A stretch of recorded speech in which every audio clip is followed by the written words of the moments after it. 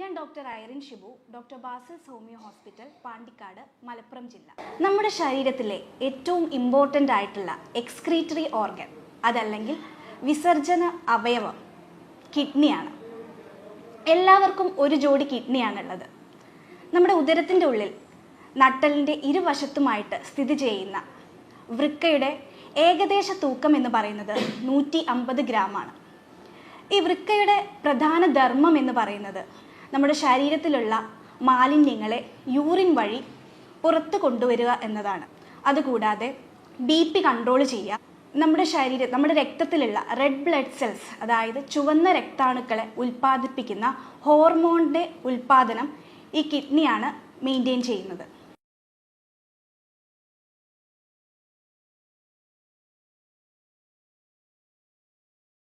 നമ്മുടെ ശരീരത്തിലുള്ള അമ്ലത്തിൻ്റെയും അതുപോലെ ലവണങ്ങളുടെയും അളവ് നിയന്ത്രിക്കൽ, നമ്മുടെ എല്ലുകളിലുള്ള വൈറ്റമിൻ എയെ സജീവ രൂപത്തിലാക്കൽ, ഇതെല്ലാമാണ് കിഡ്നിയുടെ പ്രധാന ഫങ്ഷൻസ്. അപ്പോൾ നമ്മുടെ ഈ കിഡ്നിക്ക് എന്തെങ്കിലും സംഭവിച്ചു കഴിഞ്ഞാൽ, കിഡ്നി ഫെയിലിയർ ആയി കഴിഞ്ഞാൽ ഈ പ്രവർത്തനങ്ങളൊക്കെ കുറഞ്ഞു തുടങ്ങും. ഇങ്ങനെയുള്ളവരിൽ കാണിക്കുന്ന പ്രധാന ലക്ഷണമാണ് മുഖത്തും കാലുകളിലും ഉണ്ടാകുന്ന നീർക്കെട്ട്. കൂടാതെ ഇവർക്ക് നല്ല ക്ഷീണം ഉണ്ടാവും, വിശപ്പില്ലായ്മ, ഛർദിൽ, അതുപോലെ BP കൂടി നിൽക്കും. വൃക്ക രോഗമുള്ളവർ ആദ്യകാലങ്ങളിൽ തന്നെ ചികിത്സിച്ച് കഴിഞ്ഞാൽ നമുക്കിത് മരുന്ന് കൊടുത്തും അല്ലെങ്കിൽ നിങ്ങളുടെ ഒരു ഫുഡ് പാറ്റേൺ ചേഞ്ച് ചെയ്തും കൊണ്ട് നമുക്കത് നോർമലാക്കാൻ പറ്റുന്നതാണ്. എന്നാൽ ഇത് നിങ്ങൾ ലേറ്റർ ആയിട്ടാണ് ഡയഗ്നോസ് ചെയ്യുന്നതെങ്കിൽ ഇത് നേരെ കിഡ്നി ഫെയിലിയറിലേക്കാണ് ലീഡ് ചെയ്യുക. പ്രധാനമായും 2 ടൈപ്പ് കിഡ്നി ഫെയിലിയർ ആണുള്ളത്: acute kidney failure and chronic kidney failure. Acute kidney failure എന്ന് പറയുന്നത് പെട്ടെന്ന് സംഭവിക്കുന്നതാണ്, ഒരു താത്കാലിക സ്തംഭനാണ്. അതിൻ്റെ മെയിൻ കാരണങ്ങൾ എന്ന് പറയുന്നത് ഇൻഫെക്ഷൻ, അണുബാധയാണ്. മലേറിയ, ഡെങ്കു, എലിപ്പനി അല്ലെങ്കിൽ പാമ്പ് കടിയേക്കുക, ഇതൊക്കെ കാരണമാണ് അക്യൂട്ട് കിഡ്നി ഫെയിലിയർ ഉണ്ടാകുന്നത്. ഷുഗർ കാരണം ഉണ്ടാകുന്നതാണ്. ഡയബറ്റിസ് മെലൈറ്റസ് കൊണ്ടാണ് ക്രോണിക് കിഡ്നി ഡിസീസ് ഉണ്ടാകുന്നത്.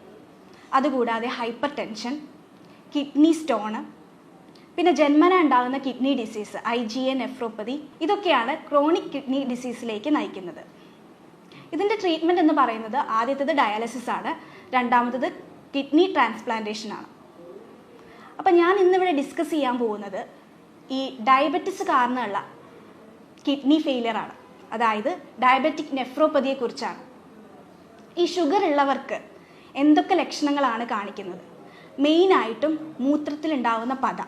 ഇവർ യൂറിൻ പാസ് ചെയ്യുമ്പം മൂത്രം ഇങ്ങനെ പതഞ്ഞിരിക്കും. അതുപോലെ തന്നെ മൂത്രത്തിൽ രക്തം കാണാൻ സാധിക്കും. ഇവർക്ക് രാത്രി കാലങ്ങളിൽ പകലപേക്ഷിച്ച് രാത്രി മൂത്രം കൂടുതലായിരിക്കും. ചിലവരിൽ മൂത്രം കുറഞ്ഞു വരും. മെയിനായിട്ട് നമുക്ക് ഐഡൻറ്റിഫൈ ചെയ്യാൻ പറ്റുന്നത് അവരുടെ മുഖത്തും അതേപോലെ കാലുകളിലും നീർക്കെട്ടുണ്ടാവും. രാവിലെയൊക്കെ എഴുന്നേറ്റ് വരുമ്പം കണ്ണിൻ്റെ അടിയിൽ നല്ല പഫിനെസ് ഫീൽ ചെയ്യും. അതുപോലെ കാല് കുറേ നേരം തൂക്കിയിട്ട് കഴിയുമ്പം കാലിൽ നീര് വെക്കും. ഇതൊക്കെയാണ് ഡയബറ്റിസ് നെഫ്രോപ്പതിയുടെ പ്രധാന ലക്ഷണങ്ങൾ. ഇനി ഇൻവെസ്റ്റിഗേഷനായിട്ട് നമ്മൾ എന്തൊക്കെയാണ് ചെയ്യേണ്ടത്? മെയിനായിട്ടും യൂറിൻ ടെസ്റ്റാണ് ചെയ്യേണ്ടത്. ഒരു യൂറിൻ റുട്ടീൻ ടെസ്റ്റ് ചെയ്യുക. അതിൽ നിങ്ങൾക്ക് പ്രോട്ടീൻ ലീക്കേജ് ഉണ്ടോ എന്ന് ഐഡൻറ്റിഫൈ ചെയ്യാൻ പറ്റും. പക്ഷേ എയർലി സ്റ്റേജിൽ നമുക്കത് കാണാൻ സാധിക്കില്ല. അപ്പോൾ മൈക്രോ ആൽബുമിനൂറിയ എന്ന ടെസ്റ്റ് ഉണ്ട്, അത് ചെയ്യുക. അതുപോലെ തന്നെ കിഡ്നിയുടെ ഫങ്ഷൻ പ്രോപ്പർ ആണോ എന്നറിയാൻ റീനൽ ഫങ്ഷൻ ടെസ്റ്റ് ചെയ്യുക. അതിൽ 5 പാരാമീറ്റേഴ്സ് ആണുള്ളത്. ആദ്യത്തേത് ക്രിയാറ്റിൻ, രണ്ടാമത്തേത് യൂറിയ, മൂന്നാമത്തേത് പൊട്ടാഷ്യം, നാലാമത്തേത് ബ്ലഡ്. ഈ ക്രിയാറ്റിൻ എന്ന് പറയുന്നത് 1.3 മുകളിലാണെങ്കിൽ അവരൊരു വൃക്ക രോഗിയാണെന്ന് തന്നെ പറയാം. അതൊരു 1.3, ചിലയിടത്ത് 1.5, ചില ലാബിൽ അത് വേരി ചെയ്യും. 1.3യുടെ മുകളിലാണെങ്കിൽ വൃക്ക രോഗം ഉണ്ടെന്ന് തന്നെ പറയാം. യൂറിയ ആണെങ്കിൽ 40 എബോവ് ആവുകയാണെങ്കിലാണ് നമ്മൾ വൃക്ക രോഗം ഉണ്ടെന്ന് കണക്കാക്കുന്നത്. പിന്നെ പൊട്ടാഷ്യം എന്ന് പറയുന്നത് എപ്പോഴും ഒരു 5.2 to 5.3ൻ്റെ ഉള്ളിൽ നിൽക്കുന്നതാണ് ഏറ്റവും നല്ലത്. ലാസ്റ്റാണ് ഹീമോഗ്ലോബിൻ. നമ്മൾ ഹീമോഗ്ലോബിൻ ചെക്ക് ചെയ്യുക, ബ്ലഡ് കുറയുന്നുണ്ടോ എന്ന് നോക്കുക. കാരണം ഈ കിഡ്നിയുടെ പ്രധാന ഫങ്ഷനാണ്, ഞാൻ പറഞ്ഞു, ഈ രക്തത്തിലുള്ള RBC പ്രൊഡ്യൂസ് ചെയ്യുന്ന ഹോർമോൺ, അതായത് എരിത്രോപോയിറ്റിൻ എന്ന ഹോർമോണെ ഉൽപ്പാദിപ്പിക്കുന്നത് കിഡ്നിയാണ്. അപ്പോൾ കിഡ്നിക്ക് എന്തെങ്കിലും ഫെയിലിയർ സംഭവിച്ചു കഴിഞ്ഞാൽ ഈ ഹോർമോൺ പ്രൊഡ്യൂസ് ആവില്ല. അപ്പം റെഡ് ബ്ലഡ് സെൽസ് RBCയുടെ ലെവൽ കുറഞ്ഞു വരും. അതുമൂലം HB കുറയും. പിന്നെ ഉള്ള ടെസ്റ്റാണ് ആൽബുമിനൂറിയ, അതായത് മൈക്രോ ആൽബുമിനൂറിയ. ഇനി ഡയബറ്റിസ് ഉള്ളവർ എന്തൊക്കെ കാര്യങ്ങൾ ശ്രദ്ധിക്കണം എന്നാണ് പറയുന്നത്. മെയിനായിട്ടും അവരവരുടെ വെയിറ്റ് കുറയ്ക്കാൻ ശ്രദ്ധിക്കുക. അതുപോലെ നല്ല വ്യായാമം ചെയ്യുക. നിങ്ങളുടെ ബോഡി അനങ്ങുന്ന ടൈപ്പിൽ, വേർക്കുന്ന ടൈപ്പിലുള്ള വ്യായാമം ചെയ്യുക.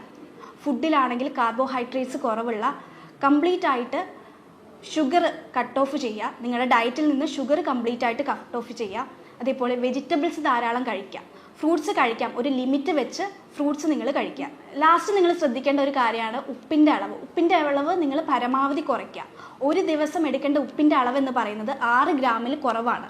അത് ഏകദേശം 1/4 ടീസ്പൂൺ ഉപ്പ് മാത്രമേ നിങ്ങൾക്ക് ഒരു ദിവസം എടുക്കാൻ പറ്റുള്ളൂ. പിന്നെ ഞാൻ പറഞ്ഞു, പ്രധാന ലക്ഷണത്തിൽ പെടുന്ന ഒന്നാണ് നീർക്കെട്ട്.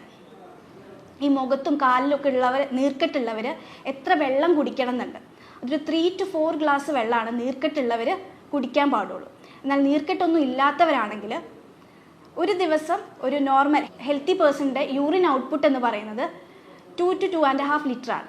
ആ ഒരു 2.5 ലിറ്റർ യൂറിൻ ഔട്ട്പുട്ട് ആവണമെങ്കിൽ എത്രത്തോളം വെള്ളം കുടിക്കാവോ അത്രത്തോളം വെള്ളം നിങ്ങൾക്ക് കുടിക്കാവുന്നതാണ്. ഇനി എന്തൊക്കെ ഫുഡ് നമുക്ക് ഉൾപ്പെടുത്താം എന്നുള്ളതാണ്.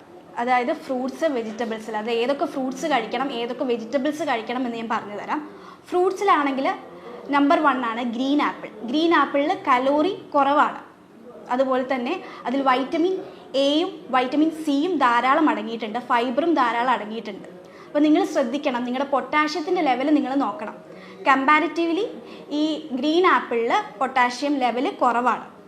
അതുകൊണ്ട് നിങ്ങൾക്ക് എന്നും കഴിക്കണം എന്നല്ല പറയുന്നത്, നിങ്ങൾക്ക് ഒരു പീസ് ഒരു ഡേ എടുക്കുന്നതിൽ കുഴപ്പമില്ല. രണ്ടാമത്തതാണ് പപ്പായ. പപ്പായയിലും ധാരാളം വൈറ്റമിൻ എ, വൈറ്റമിൻ സി അടങ്ങിയിട്ടുണ്ട്. അതുപോലെ കലോറി വളരെ കുറവാണ് പപ്പായയിൽ. പപ്പായ എടുക്കുന്നതിൽ തെറ്റില്ല. പപ്പായയിൽ കമ്പാരിറ്റീവ്ലി പൊട്ടാഷ്യം കുറവാണ്. അടുത്തത് പേരയ്ക്കയാണ്. പൊട്ടാഷ്യം കൂടുതലുള്ളവർ പേരയ്ക്ക ഒരിക്കലും എടുക്കരുത്. പൊട്ടാഷ്യം ലെവൽ നോർമൽ ആണെങ്കിൽ നിങ്ങൾക്ക് പേരയ്ക്ക എടുക്കാം. നെക്സ്റ്റ് വണ്ണാണ് ഇലിമ്പിക്ക, ബിലിമ്പിക്ക എന്നൊക്കെ പറയും. അത് കൊളസ്ട്രോൾ ലെവൽ കുറയ്ക്കാനും അതുപോലെ BP കുറയ്ക്കാനും അമിതഭാരം കുറയ്ക്കാനും എല്ലാവരും ജ്യൂസ് അടിച്ച് കഴിക്കാറുണ്ട്. ഈ ബിലിമ്പിക്കയിൽ കാൽഷ്യം ഓക്സലേറ്റ് അടങ്ങിയിട്ടുണ്ട്. അപ്പോൾ നമ്മളിത് ധാരാളം ജ്യൂസ് അടിച്ച് കുടിക്കുകയാണെങ്കിൽ കിഡ്നിയിൽ സ്റ്റോൺ ഓക്സലേറ്റ് ക്രിസ്റ്റൽസ് ഫോം ചെയ്യാൻ സാധ്യതയുണ്ട്. അപ്പം ആ ബിലിമ്പിക്ക കഴിക്കുന്നവരാണെങ്കിൽ അതൊന്ന് കുറയ്ക്കാം. ഇനി രണ്ടാമത് വെജിറ്റബിൾസ്. എന്തൊക്കെ വെജിറ്റബിൾസ് നമുക്ക് കഴിക്കാം? നിങ്ങൾ വെജിറ്റബിൾസും ഫ്രൂട്ട്സും കഴിക്കുമ്പോൾ ശ്രദ്ധിക്കേണ്ട ഒരു കാര്യമുണ്ട്. നിങ്ങളത് നന്നായി വാഷ് ചെയ്തതിന് ശേഷം വേണം കഴിക്കാൻ. വെജിറ്റബിൾസിൽ നമ്പർ 1 പറയുന്നതാണ് ക്യാപ്സിക്കം. ക്യാപ്സിക്കത്തിൽ ധാരാളം വൈറ്റമിൻ എ അടങ്ങിയിട്ടുണ്ട്. അതുപോലെ തന്നെ പൊട്ടാഷ്യം വളരെ കുറവാണ്. അപ്പോൾ നിങ്ങൾക്ക് ക്യാപ്സിക്കം ധാരാളം കറികളിൽ അല്ലെങ്കിൽ കറി വെച്ച് കഴിക്കുന്നത് നല്ലതാണ്. രണ്ടാമത് ക്യാബേജ്. ക്യാബേജിൽ ധാരാളം വൈറ്റമിൻ എ, വൈറ്റമിൻ കെ അടങ്ങിയിട്ടുണ്ട്. അപ്പം അത് നമ്മുടെ ഇൻഫ്ലമേഷനൊക്കെ കുറയ്ക്കുകയാണ് ചെയ്യുക. മൂന്നാമത്തെ ഒരു വെജിറ്റബിളാണ് കുക്കുംബർ, കക്കിരി. കക്കിരി നിങ്ങൾ ധാരാളം കഴിക്കുന്നത് നല്ലതാണ്. അപ്പോൾ ഈ ഒരു ഫ്രൂട്ടും അതേപോലെ ഈ ഒരു ഫ്രൂട്ട്സും ഈ ഒരു വെജിറ്റബിൾസും നിങ്ങൾ കഴിക്കുകയാണെങ്കിൽ നിങ്ങൾക്ക് ഒരു പരിധി വരെ ആ നീർക്കെട്ടും അതൊക്കെ ഒന്ന് കൺട്രോൾ ചെയ്യാൻ സാധിക്കും. അതുപോലെ ഡയബറ്റിസ് ഉള്ളവർ പ്രത്യേകം ശ്രദ്ധിക്കേണ്ടതാണ്. അവരൊരു 6 മാസം അല്ലെങ്കിൽ ഒരു 3 മാസം കൂടുമ്പോൾ നിങ്ങൾ HbA1c ചെക്ക് ചെയ്യേണ്ടതാണ്. നിങ്ങളുടെ ആവറേജ് ബ്ലഡ് ഷുഗർ ചെക്ക് ചെയ്യുക. കാരണം നമ്മൾ നമ്മുടെ ട്രീറ്റ്മെൻറ്റ് എത്രത്തോളം ലേറ്റ് ആക്കി കൊണ്ടുവരുന്നോ അത്രത്തോളം ഡേഞ്ചറാണ്. അപ്പോൾ നിങ്ങൾ നേരത്തെ നിങ്ങളുടെ അസുഖം കണ്ടുപിടിക്കുകയാണെങ്കിൽ അതായിരിക്കും ഏറ്റവും നല്ലത്. അപ്പോൾ നമ്മുടെ ഹോമിയോപ്പതി ചികിത്സയിൽ ഈ ഒരു കണ്ടീഷന് വളരെ ഫലപ്രദമായിട്ടുള്ള ട്രീറ്റ്മെൻറ്റുകളുണ്ട്. നമ്മുടെ ചികിത്സയിൽ ഒരു രോഗിയുടെ ശാരീരികവും മാനസികവുമായിട്ടുള്ള എല്ലാ പ്രത്യേകതകളും കണക്കിലെടുത്ത് രോഗകാരണങ്ങളെല്ലാം കൃത്യമായിട്ട് മനസ്സിലാക്കി ഒരു യൂറോപ്യൻ നിർമ്മിത സോഫ്റ്റ്വെയറിൻ്റെ സഹായത്തോടെ രോഗനിർണയവും മരുന്ന് നിർണയവും നടത്തുന്നു. ശേഷം ഹോമിയോപ്പതിയുടെ ജന്മനാടായ ജർമ്മനിയിൽ നിന്ന് ഡയറക്റ്റ് ഇമ്പോർട്ട് ചെയ്ത പൊട്ടൻസി മരുന്നുകൾ ഉപയോഗിച്ചാണ് ഇവിടെ ചികിത്സ നടത്തുന്നത്. നിങ്ങൾക്ക് നേരിട്ട് ഹോസ്പിറ്റലിൽ വരാൻ ബുദ്ധിമുട്ടാണെങ്കിൽ നിങ്ങൾക്ക് ഓൺലൈൻ വഴി നിങ്ങളെ ഫോണിൽ വിളിച്ച് നിങ്ങളുടെ ലക്ഷണങ്ങളെല്ലാം കൃത്യമായിട്ട് ചോദിച്ചതിന് ശേഷം മെഡിസിൻ നമ്മൾ കൊറിയറായിട്ട് അയച്ചു തരുന്നതായിരിക്കും. നിങ്ങൾക്ക് എന്തെങ്കിലും ഡൗട്ടുകൾ ഉണ്ടെങ്കിൽ, ഞാൻ ഈ പറഞ്ഞ കാര്യങ്ങളിൽ നിങ്ങൾക്ക് എന്തെങ്കിലും ഡൗട്ടുകൾ ഉണ്ടെങ്കിൽ നിങ്ങൾക്ക് താഴെ കാണുന്ന നമ്പറിൽ എന്നെ കോൺടാക്ട് ചെയ്യാവുന്നതാണ്. സ്നേഹത്തോടെ doctor Irene Shibu, doctor Basil's homeo hospital, Pandikkad, Malappuram ജില്ല.